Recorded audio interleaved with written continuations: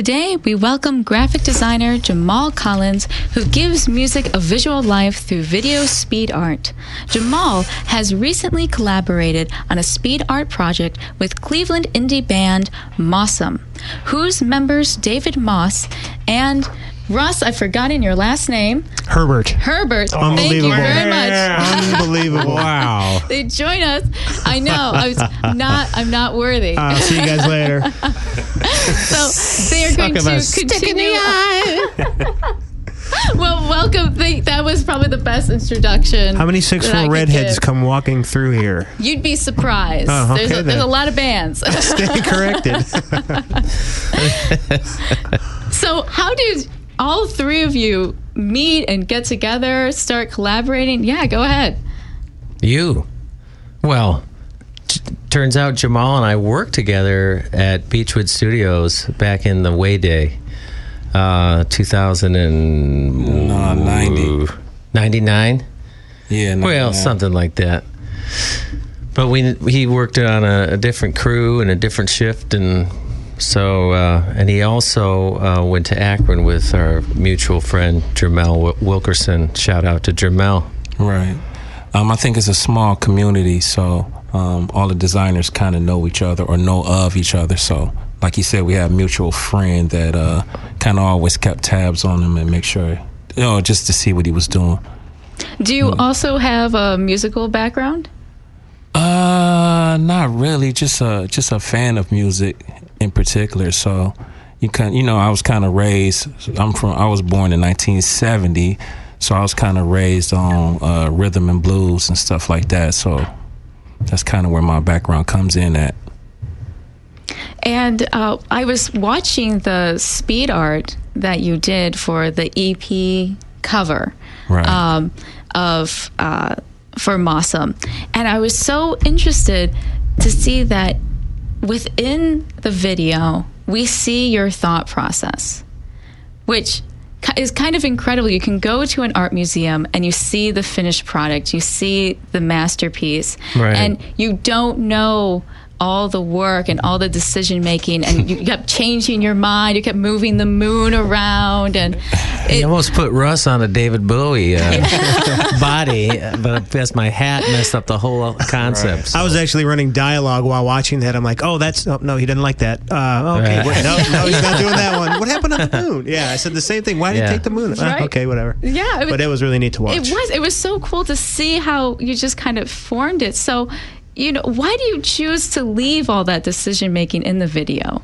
Because you kind of, it's like two things. You have an idea of what you want to do in your mind, but when you actually start doing it, it doesn't really work out as you were thinking. So you kind of go off of, certain visual cues and just kind of using a lot of design principles that a lot of people are not familiar with on what's eye-catching, what's in proximity towards other things. So it's kind of like a touchy go type of thing. I really didn't have a lot of photos to use, or you just kind of you don't see a lot of stuff in the background, but I had like other images that I wasn't going to use. So that's pretty much how it goes, I guess. I kind of give myself like a time limit, so I kind of did something the other day and I just gave myself like an hour, so I kind of stopped, because it's this type of thing where you have so many decisions to make. It's unlimited colors. So because you have such an infinite number of choices, do you have a process? You choose the music, you sit down. What does that process look like? I would just like to say that if you're creative all the time, then it kind of comes easy. The process kind of like I just start with something. I think you just jump and just start and just see where it take you, and just don't give. I work in the inner city with kids, and sometimes I get a lot of kids that's giving up in the middle of the process. So I guess it's just not giving up and just keep going till you're satisfied with it. One of the things that's hard as a band is to find people to collaborate that can take what you're doing and interpret it in their own way. And when I saw Jamal's speed art for the first time, we met over at Loop, had some coffee, and then it was like, wait a minute, what if you do the speed art, but then the end of the deal is like a show poster. So kind of like we kind of took it and converted it to something even beyond what he was doing, which was these kick-ass, art demo, like just showing some mad Photoshop skills. But for us, it also was like, can we take a piece away? And so that final image that you see is something that we're going to put into print. And, it just came out, so, we couldn't, it's just wicked. It's amazing. It's wicked. Yeah. The mood is fitting, for sure. It really is. He captured a mood with that song, and I thought that was pretty cool. And that photo you used is from Music Saves. I know they had a cash mob last Friday. We didn't get out to that, but we took that in the little corner of that record store on Waterloo, so it still has some place. Right. That's our home base over there. So. Right. He kind of gave me a little description of the song. He gave me just freedom to pick which song I liked the most. So I listened through the whole CD. I like the Stick in the Eye, kind of stuck out to me the most. And I kind of just go and find some inspiration. So it may take me like an hour, 2 hours to find some inspiration. So I'm kind of always looking for inspiration all the time. So like I'm real particular on who I follow on social networks, Instagram, and I might see something that I won't use in particular, but it catches my eye, so I kind of grab it. So I think I'm heavy into inspiration, and I may see a couple things, even if it's movies, even part of even doing the video, I guess I really don't really traditionally watch movies. I kind of look at how the shots are shot, or different scenes, the way they use the camera, filters and things like that. So I'm just kind of trying to suck as much creativity and information I can, and then it just comes out.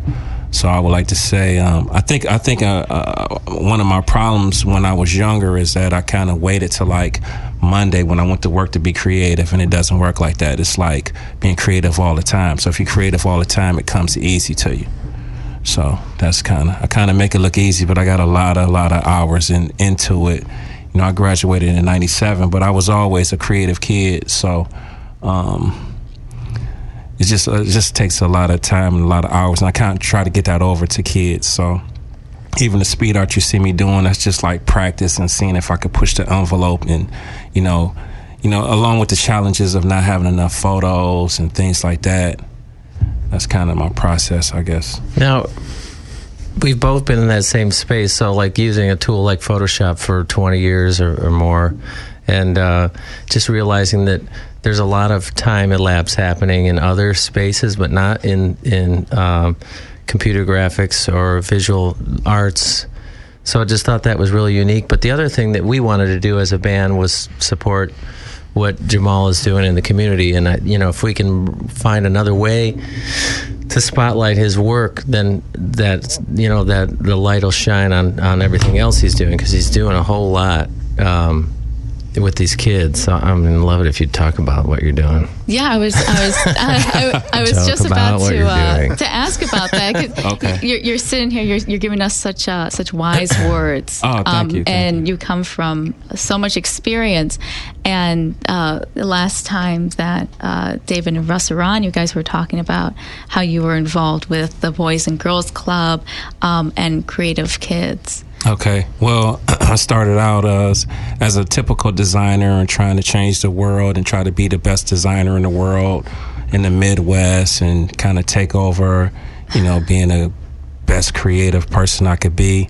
And, the economy and different situations kind of stagnated me from doing that. I worked I worked at PricewaterhouseCoopers, an accounting firm, for like 10 years. I was kind of shoved around a little bit. I worked at Time Warner Cable.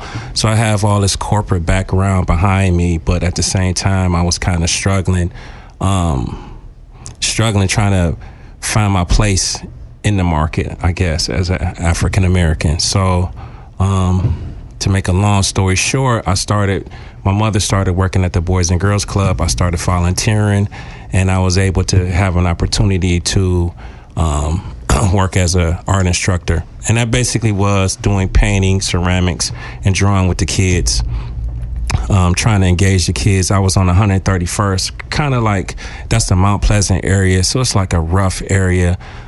Kids are not really engaged, and I think a big part of it is because it's after school. They've been in school all day. The last thing they want to do is listen to Mr. Collins talk about draw something.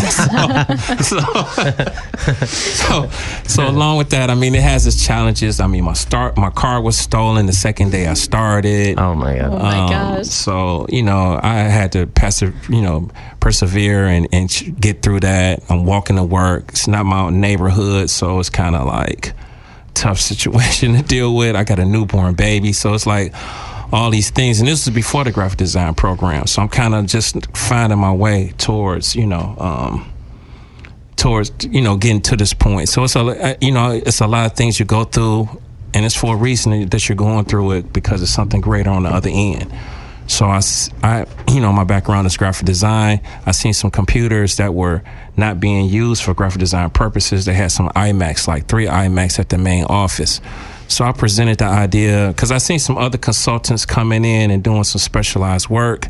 I presented the idea of me doing some specialized work. They went for it, and now 2 years later, I kind of launched a summer program. I'm at different locations.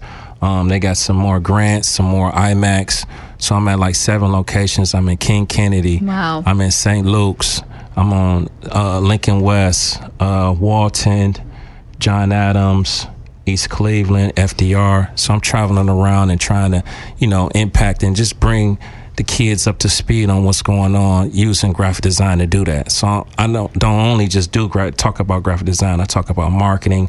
I talk about sales. I talk about profit. I talk about social responsibility. Like, I'm just really trying to build them up and get them to looking at stuff different, because they're bombarded with just nonsense, entertainment, and stuff like that. So just trying to get them some tangibles now to help them succeed with their grades too. So I think one of my turning points was me taking a video camera. So I'm taking a video camera and kind of filming everything that's going on. I'm doing a speed art for them. So I do something called Art Exposure Weeks. Well, it's Art Exposure Week, period. So kind of go around to different consultants and expose the kids, do a survey, and see if, they would be interested in this program. And so I got a camera in my classroom. I'm taking kids on field trips, professional field trips. I took kids to Go Media, Weapons of Mass Creation. That's a 3-day event where designers, entrepreneurs go and just have a showcase of their work. Not small, but major TED Talks from people who've really impacted the world with using design from all over. So I took the kids to see a workshop. They went to a workshop and they saw somebody talk. A guy named Jay Wallace, who's been doing some good work with the Browns, stuff like that. So, I'm coming in next week. Go ahead. Is it next week that I'm coming in, or is it the week after? I think it's the week after. I got David coming in, talk to the kids about branding, just giving them a different perspective on this is not just playing around on the computer. Actually, you can make some money doing this right now. So I think that's the most important thing that the kids realize, is that they can. I don't think they understand the accessibility that they have with just the phones in their pocket. Just that they can build something, start a company. I tell them to ask their parents for computers and cameras instead of tennis shoes and other stuff like that. So. What are the reactions from these kids when you expose them to all these different artists, all these different opportunities? I mean, it's still tough. Some of them still don't get it. Oh, no. Impossible. Kids not getting it? Right. So I'm constantly trying to change my program around. Like, I'm changing it around again. The fall starts today. Like, I'm supposed to be at a location now, but fall starts today, so I'm kind of going back to the grassroots of the principles. I think I gave them too much of the fancy stuff. A lot of them are so distracted. You have to think about it too. It's like, this is not like a classroom. So the way that the classes are set, the way that the computers are set up right now, it's like in an entertainment type of area. So it's a pool table in there, it's a PlayStation game in there, and then it's my computers in there. It's girls running around, so they're really distracted. So I mean, I want to say that they might feel kind of funny start design. I got a couple though. But not like I would like to have it. Like, I would like to have more kids like really engaged and really doing something and cranking some stuff out. So a lot of them follow me on the social networks. A lot of them see what I'm doing. So a lot of the speed art and a lot of that stuff is for them. They kind of know some of my process on how I do stuff. So I would like to see, I'm just going to get harder on them so I can see more stuff. And, maybe I'm not engaging the parents enough so they can understand, like, you should have a YouTube channel. Your YouTube channel should be monetized. You should be making money right now. I try to paint a picture, like, if you're 13, 3 more years, you should have so much content coming out that you should be making enough money where you don't need no student loans, this type of thing. So it's just pounding the pavement and just,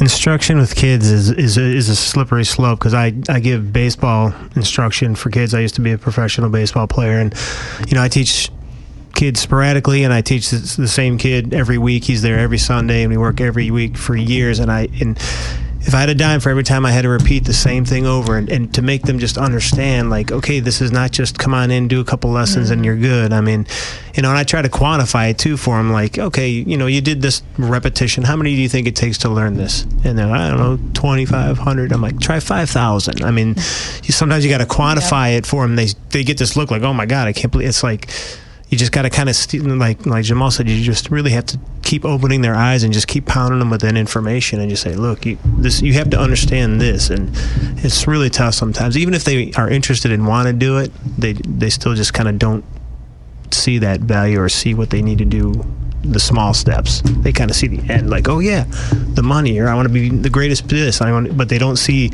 each little meticulous pain in the butt step. So that is definitely a challenge. Can you tell he's a drummer? It's like, am I making ambient noise there? Yeah, you're just drive it home. Sorry, drive it home. Yeah. That's my 2 cents. So to piggyback off of him, just like when I took the kids on this super field trip, they all have phones in their pocket. No one tweeted about what they're doing. They didn't take any pictures. They didn't have any questions set up. So I'm just kind of keep reminding them, like, if you see me on my phone during the workshop, I'm not playing no games. I'm tweeting about, relationships I met, or tweeting about the situation that's going on. So, that's about changing habits. Changing habits. Yeah, basically. Yeah. What kind of advice do you think you can end up giving these kids when you go and talk to them, David? Oh, we talked about how's your English. Jamal and I talked about that. It's like the soft skills. Yeah, if you can't communicate your idea or your concept and creative, then you can't get to the next level. So you have to be able to write even a one-page brief, or you need to be able to stand up in front of a group and defend your ideas. I mean, you have to keep working on the language. It's as important as any other software or visual art skills. You've got to be able to really capture your intent. Definitely. I usually do like I do some video of the kids after the field trip, and I just say, okay, tell me what happened. What did you do? And some of them can't really compute or think actually what they did. I'm like, wasn't you there? So this is what we did. I kind of, remind them of this is what we did. This is what you saw. Okay, now tell me. So they kind of work on it and just get them comfortable being in front of the camera, because the traditional way of getting a job or, standing out and creating your own is you got to be able to do multiple things. It's not just a one thing. You got a degree. All right, boom. Now you can make this money. It's didn't change, like just sitting and just throwing a resume out into the black hole, or spending an hour to do a questionnaire and not even get a telephone interview. So just, making them more valuable, and I let them know, like, how valuable are you? Like, what have you done? Like, you don't just because you look cool, or your mother was somebody, or you got on some new shoes, doesn't guarantee that you're going to get anything. Like, no one's going to give you anything. So I just let them know, like, you're going to have to work hard. Like, and I tell them, like, I'm not retiring, so I'm your competition. So you see all that speed art that I'm doing, you got to double what I'm doing. Well, that's the thing, too. You got to learn, and you can learn it even later in life, that you can work hard, but you also have to work smart, and then you have to ask for it. So, when we got together, I felt like I was asking for something. I was asking to collaborate. You have to ask. You have to ask to play out at a venue. You have to ask to partner with a producer, or Michael Seifert. We kind of asked, And until you do, that might be just as hard as anything else. You can think you got these mad skills, but it's not. If you build it, they will come. It is to be quiet, and you won't have it. There'll be no spotlight coming. You've got to actually run over there and grab the light. You got to run to it. So I would talk to them about that a little bit. They have to be hungry for it. Yeah, exactly. Some people are like, I don't understand why this isn't happening for me. Are you asking the right people? Are you connecting with the right people? Exactly. So we're still learning that. It's a new outfit. Having a new project like this, you're starting all over, and you kind of have to prove yourself to a whole wide audience of people. You can't be shy about it. Yeah, definitely. Well, if our listeners are interested in getting involved or finding your speed art or your Twitter account, what can they do? You could do a search for me. I'm at JAYWORKING. That's JAYWORKING. I'll kind of tell you about where that came from maybe the next time. You can find me there, or you can go to your local Boys and Girls Club. I think that's clevekids.org, and see about the program in there if you can. And I kind of do some one-on-one workshops and stuff. Also Jamal Collins on Facebook, so you can inbox me on any of those avenues. I'm on Snapchat at JAYWORKING too. So. And can we see another future collaboration between Mossom and Jamal Collins? Oh, I certainly hope so. Yeah. Jeez. Yeah, we had a concept for one of the videos that we've talked about, which sort of spawned this first idea, but it was, can we do speed art with 4 or 5 different artists, but maybe strip it down, so like they're actually drawing or whatever medium they choose, and then we also film some footage of the band, and then we edit that together as more of a little more traditional music video for one of our tracks. And we're going into the studio on the 11th. We're recording 2 more singles, and so maybe that's the opportunity to do something new. It'd be great to do some word art, something, but this whole idea of time elapse, I mean, you've seen it 100 times. It's always different, so maybe we could get even some of his kids involved the next time around. I think that'd be cool. That should inspire them. Yeah. Yeah, So- they got a new studio up there. You have to check it out when you come up there. They got a new studio at the Broadway Club, the main office. They just installed a new studio, so it's full blown. They got turntables. They got everything in there. It's a full blown. You could do everything up there. So. Well, then we need to get over there. I mean, I think part of it is giving new content and kind of new ideas for them to do the work. You can have all this, like walking in here. You can have all these tools, but you need people on a project. Hammering something out. So, Definitely. yeah, we'd love to check that out. We'd Definitely. come up for that. Well, thank you so much for joining me. It was wonderful to watch the speed art video and see that collaboration and see that music take a visual form.